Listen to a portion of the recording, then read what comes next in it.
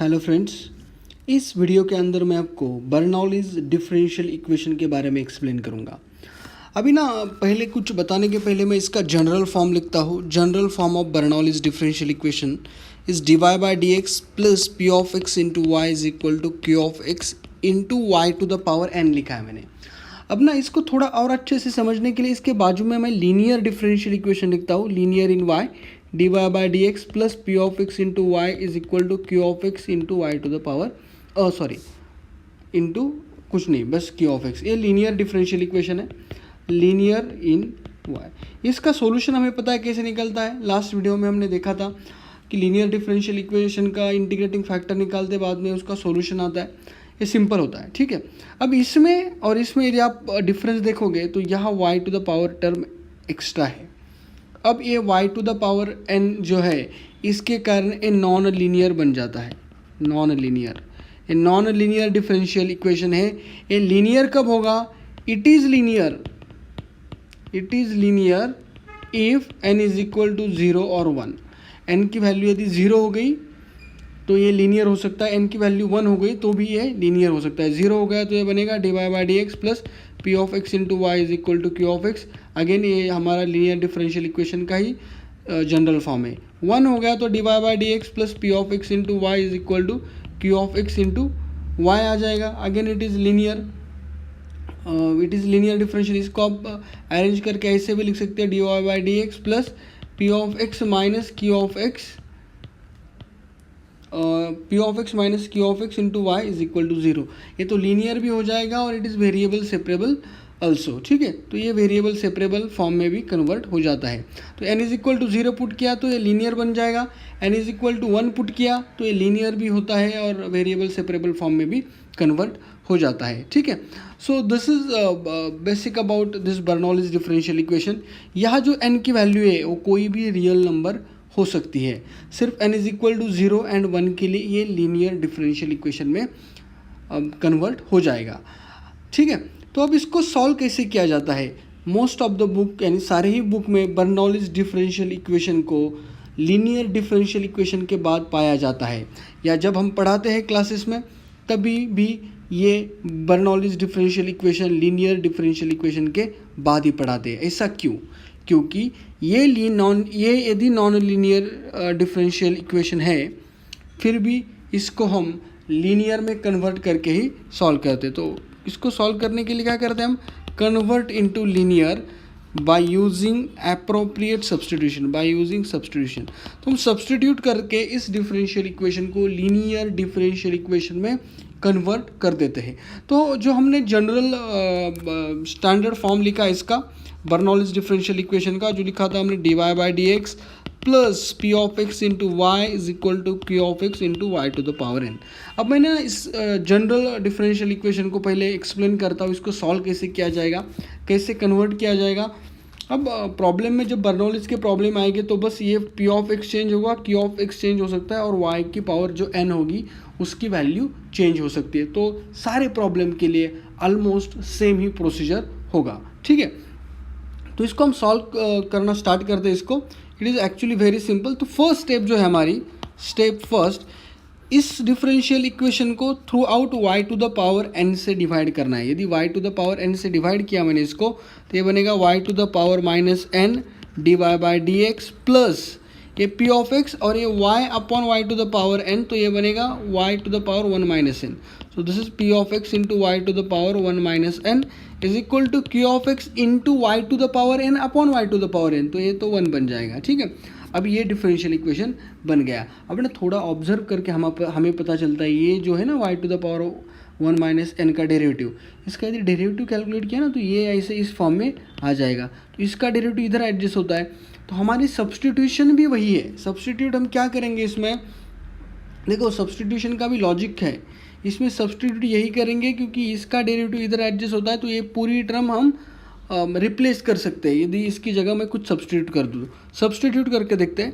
तो मैं पुट कर रहा हूँ y to the power 1 minus n is equal to v put किया मैंने, ठीक है। तो डिफ्रेंशिएट करो दोनों साइड को, डिफ्रेंशिएटिंग ऑन बोथ साइड, तो ये बनेगा 1 minus n y to the power 1 minus n minus 1, तो ये बनेगा माइनस एन वाई का derivative d y by d x and this v का derivative dv by d x.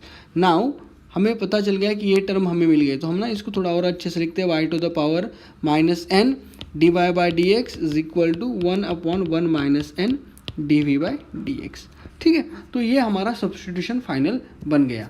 ये सिंपल है, ये सब्सटीट्यूट किया इधर, डिफ्रेंशिएट किया विद रिस्पेक्ट टू एक्स दोनों साइड को, और ये सब्सटीट्यूशन हमें अभी यूज़ करना है। इसको हम यहाँ पुट कर देंगे, ये की वैल्यू यहाँ पुट कर देंगे, तो ये लीनियर में कन्वर्ट हो जाएगा। चेक कर दें, तो ये सब्सटीट्यूट किया तो ये बनेगा 1/1 minus n d v by d x plus P of x into y to the power 1 minus n की जगह हमने v डाल दिया तो ये v आएगा। ठीक है, and this is q of x as it is. अब ये 1 माइनस एन यहाँ डिवाइड है तो दोनों साइड से मल्टीप्लाई कर लेते हैं, तो ये बन जाएगा dv by d x plus 1 minus n p of x into v is equal to 1 minus n q of x। तो ये देखो, ये अब जो हमने ऊपर देखा था लीनियर डिफरेंशियल इक्वेशन, ऊपर वाला लीनियर डिफरेंशियल इक्वेशन इस फॉर्म में था हमारा dy by d x plus P of x into y is equal to Q of x. तो हम ना थोड़ा इसको इस डायरेक्टली इस फॉर्म में, इसकी जगह भी कुछ लिखने से अच्छा है कि इस फॉर्म में डायरेक्ट लिख देते हैं। तो ये हमारा बन गया d v by d x plus this p dash of x into v is equal to q dash of x. अब यहाँ डैश का मतलब डेरिवेटिव नहीं है, मैंने बस इस टर्म को इस डैश से रिप्लेस किया है पी डैश ऑफ एक्स से, एंड इस टर्म को इस क्यू डैश ऑफ एक्स से रिप्लेस किया है समझाने के लिए। ठीक है, अब ऑब्जर्व करोगे तो ये लीनियर डिफरेंशियल इक्वेशन बन गया। लीनियर किस में, y की जगह यहाँ v है, तो it is linear differential equation, linear differential equation in v। यदि ये v के लीनियर डिफरेंशियल इक्वेशन में कन्वर्ट हो गया तो again it is very simple, इसका इंटीग्रेटिंग फैक्टर आएगा e to the power integration of p dash of x dx, and इसका सॉल्यूशन जो आएगा वो आएगा v into integrating factor is equal to q dash of x into integrating factor d x plus सी। तो ये तो बाकी सारी चीज़ें लीनियर में कन्वर्ट होने के बाद सेम ही रहेगी, बस बर्नौलीज में एक ही चीज़ इम्पॉर्टेंट है, वो है सब्स्टिट्यूशन। बाकी सारी चीज़ें तो लीनियर में कन्वर्ट होने के बाद सेम ही रहेगी। ठीक है, और बाद में फाइनल हमें बस जो ये आंसर आएगा बैक सब्स्टिट्यूट कर देना है, बैक सब्स्टिट्यूट कर दो बस जो वैल्यू आएगी वो। ठीक है, तो फाइनल आंसर हमारा y में आना चाहिए, यदि हम डिफरेंशियल इक्वेशन हमारा y में x में दिया है, y डिपेंडेंट वेरिएबल दिया है, तो जो डिपेंडेंट वेरिएबल देगा उसमें आंसर फाइनली हमें लाना है in terms of independent variable. ठीक है, तो मैं एक एग्जांपल लेता हूँ अच्छे से समझाने के लिए, अच्छे से समझ जाओगे आप उससे। तो मैंने एग्जांपल लिया dy by d x plus 1 by x into y is equal to 3x square y cube. ये मैंने एक एग्जांपल लिया है। ठीक है, अब ये पहली बात आपके माइंड में बड़ी क्लियर होनी चाहिए, ये d y by d x plus P of x into y is equal to Q of x into y to the power n के फॉर्म में है। यह क्यू ऑफ एक्स है, ये हमारा पी ऑफ एक्स है, और एन की वैल्यू यदि कंपेयर की तो आएगी 3। तो हमारी पहली स्टेप क्या है कि y to the power n से, यानी वाई टू द पावर 3 से थ्रू आउट डिवाइड कर दो। तो ये तो हमारी जनरल स्टेप है, सबके लिए यूज़ होती है। तो यह हमारी फर्स्ट स्टेप क्या आएगी, y टू द पावर 3 से डिवाइड कर दो। तो y टू द पावर 3 से डिवाइड किया तो क्या आएगा, y to the power -3 d y by d x plus 1 by x y to the power 1 minus 3, तो ये -2 is equal to 3x square y cube upon y cube cancel हो जाएगा। Now substitute करना है हमें, ये वैल्यू कुछ तो v u कुछ भी सब्सटीट्यूट करो, तो सब्सटीट्यूट करते हैं हम, put y to the power -2 is equal to v। इसका ही मतलब इसका डेरिवेटिव कितना आएगा अभी, माइनस, देखो y to the power n का डेरिवेटिव कितना रहता है, n into y to the power n-1। अब यहाँ n की वैल्यू -2 है, तो this -2 as it is y to the power -2 so it becomes -3 d y by d x is equal to d v by d x. तो हमें इतनी value चाहिए, तो इतनी वैल्यू कितनी आएगी, y to the power -3 d y by d x is equal to -1/2 d v by d x. Now you can substitute this here और ये प्रॉब्लम सॉल्व हो जाएगा। तो हम सब्सटीट्यूट करके देखते हैं, तो आंसर ये क्या हो जाएगा, this is -1/2 d v by d x plus 1 by x into v is equal to 3x square. Now we are going to multiply through out by -2, so ये टर्म हट जाएगी। तो ये -2 से मल्टीप्लाई किया थ्रू आउट तो आएगा d v by d x -2 by x v is equal to minus 6x²।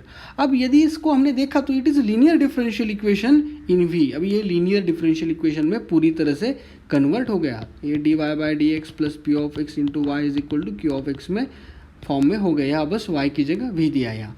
अब इसका इंटीग्रेटिंग फैक्टर जो आएगा वो हमें पता है, इसका इंटीग्रेटिंग फैक्टर क्या रहता है, e to the power integration of p of x dx। तो यहाँ p ऑफ एक्स -2/x है, तो इसका इंटीग्रेटिंग फैक्टर आएगा e to the power -2/x dx। So this is nothing but e to the power -2 log of x। इसको rearrange करके आप लिख सकते हो, ये -2 को आप ऐसे लिख सकते हो e to the power minus log of x to the power -2. So this can be written as e to the power log of 1/x². So this is nothing but 1/x². So ये हमारा final integrating factor आ गया। ठीक है, अब solution क्या आएगा इसका solution आएगा v into integrating factor is equal to q into integrating factor dx plus c। अब इंटीग्रेटिंग फैक्टर की जगह वैल्यू पुट करो 1/x² is equal to q of x की जगह q ऑफ x क्या हमारा नया q ऑफ x है, ये क्या है -6x² एंड ये इंटीग्रेटिंग फैक्टर है 1/x² dx plus c। Now x² will get cancel, so this becomes -6 dx plus c। अब इसका आपने सॉल्यूशन निकाला, इसको यदि सॉल्व किया आपने तो ये बनेगा -6x plus c। So this is v/x²। यदि आपने मल्टीप्लाई करके ले लिया इसको तो ये आएगा v is equal to -6x³ plus cx²। ठीक है, अब बैक सब्स्टिट्यूट करना है। बैक सब्स्टिट्यूशन हमारा क्या है, v के लिए हमने क्या सब्स्टिट्यूट किया था, v के लिए हमने सब्स्टिट्यूट किया था y टू द पावर -2। इधर पुट कर दो y to the power -2। Back substitution is also important. So this is y to the power -2, this is -6x³ plus 6x²। Now this can be written as, देखो ये y to the power -2 है तो इसको हम लिख सकते हैं 1/y² is equal to -6x³ plus cx²। अभी दोनों साइड का इन्वर्स कर लिया तो ये आएगा y² is equal to 1/cx² minus 6x³। ये बस रीअरेंज किया है। सो y की यदि वैल्यू आई निकाली हमने, स्क्वायर रूट लिया दोनों साइड का, तो आएगा cx² minus cx³। So this is final solution. तो ये हमने आज सीख लिया है कि बर्नौलीज डिफरेंशियल इक्वेशन को यदि हमें सॉल्व करना है तो उसको हमें लीनियर डिफरेंशियल इक्वेशन में कन्वर्ट करना पड़ेगा by using appropriate substitution. Substitution भी फिक्स ही रहती है बर्नौलीज की, बस वो याद रखनी पड़ेगी। सब्स्टिट्यूशन करने के बाद बस उसको यदि लीनियर में एक बार कन्वर्ट कर दिया तो हमारा काम बहुत आसान है। लीनियर डिफरेंशियल इक्वेशन का सॉल्यूशन हमें निकालना आता है तो इसका सॉल्यूशन निकालना भी कोई बड़ी बात नहीं है, बस फाइनली बैक सब्स्टिट्यूट करना है। फाइनल आंसर हमारा इन टर्म्स ऑफ y में दिखना चाहिए, y in terms of x में आना चाहिए। ठीक है, तो हमारा ये बर्नौलीज डिफरेंशियल इक्वेशन के बारे में हमने आज सीख लिया है। Thank you for watching this video.